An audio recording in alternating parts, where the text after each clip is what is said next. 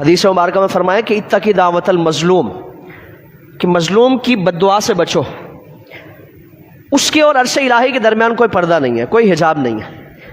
مظلوم کی نکل جاتی ہے، فوراً اللہ کی بارگاہ میں پہنچتی ہے، کوئی پردہ نہیں ہے. آج نہیں تو کل اللہ رب العالمین اس کا جو بدلہ ہے، جو انجام ہے، جو سزا ہے، وہ تمہارے سامنے ضرور لے آئے گا.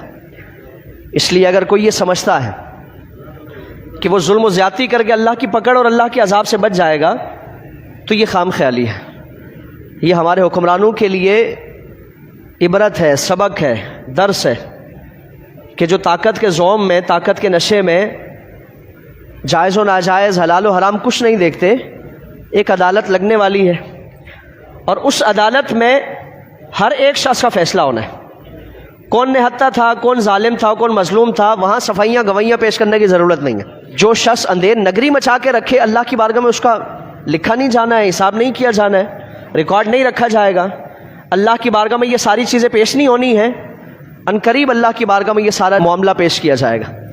کون ظالم ہے، کون مظلوم ہے، کس نے کیا کیا ہے، کس نے کتنی وحشت و بربریت کا معاملہ کیا ہے، اللہ کی بارگاہ میں پیش کیا جانا ہے. اس لیے ہوش کے ناخن لیے جائیں. ملک انارکی، انتشار اور اس طرح کے معاملات کا متحمل نہیں ہو سکتا. ہم اندرونی بیرونی سازشوں سے، انتشارات سے بھرے ہوئے ہیں، خلفشار کا شکار ہیں.